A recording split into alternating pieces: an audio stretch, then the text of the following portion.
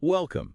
Today we're doing a deep dive into a really fascinating piece of Anubhav Srivastava's philosophical framework, Nothing Everything. That's right. It's quite a project, aiming to be a theory of everything, philosophically speaking. And our mission today, we want to unpack how it uses ideas from modern cosmology, specifically cosmic inflation.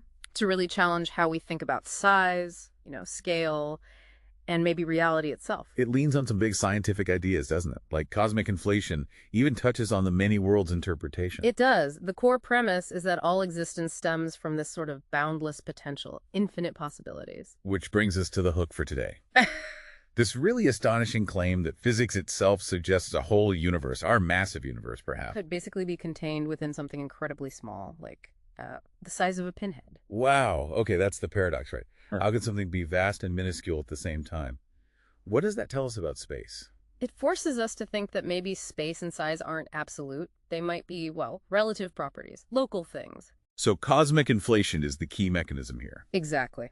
Inflation theory suggests that when a universe like ours is born, it expands incredibly rapidly internally. So to anyone inside, it looks enormous, vast beyond comprehension. Right. But from a hypothetical external viewpoint, the whole thing might still be, fundamentally small. Okay, let's dig into that mechanism. If it's inflating so fast inside, creating all the space-time we observe, why doesn't the bubble itself get bigger from the outside? Like observably bigger? Ah, that's the crucial part. The expansion is creating internal space. It's stretching its own fabric, you could say. So it doesn't need to push outwards into some pre-existing external space. Precisely. From that external view, the inflationary universe is more like a self-contained bubble, maybe even timeless. And its internal vastness, the billions of light years we measure. It's essentially a projection, like the entire structure of space-time is wrapped up, scaled down within that boundary. A self-contained vastness.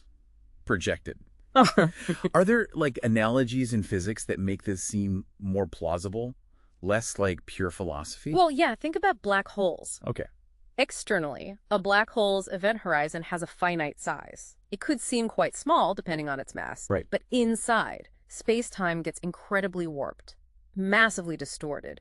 Regions hidden within could seem enormous to an observer falling in, even though the outside boundary is fixed. So vastness contained within a defined, maybe small boundary. Exactly. Or think about something more everyday, perhaps. Dreams or virtual reality. Right. You can have a dream that feels like it spans days, worlds even. And yet, externally, it takes up zero physical space. It's just neural activity. Yeah. VR is similar, huge, perceived world, minimal external footprint beyond the tech. Okay, I see the parallel. And this idea of relative scale connects directly back to Srivastava's Nothing Everything.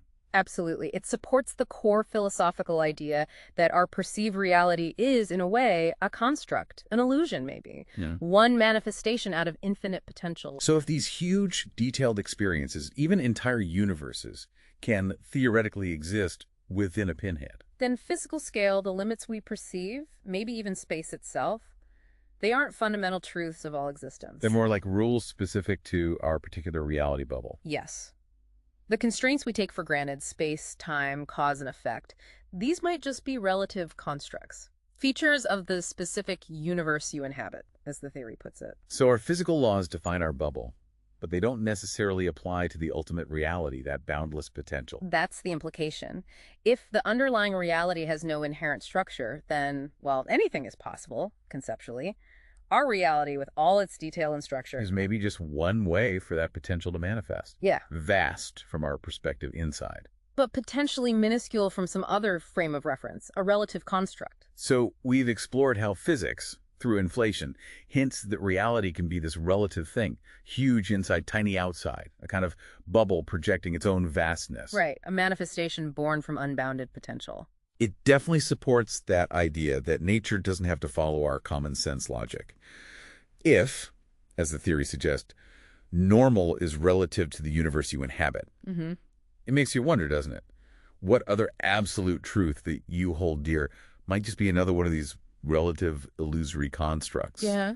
Something to think about. And if you want to explore this whole philosophical framework in much more detail, the full work is Nothing Everything, The Mind-Bending Philosophical Theory of Everything by Anubhav Srivastava. Worth checking out.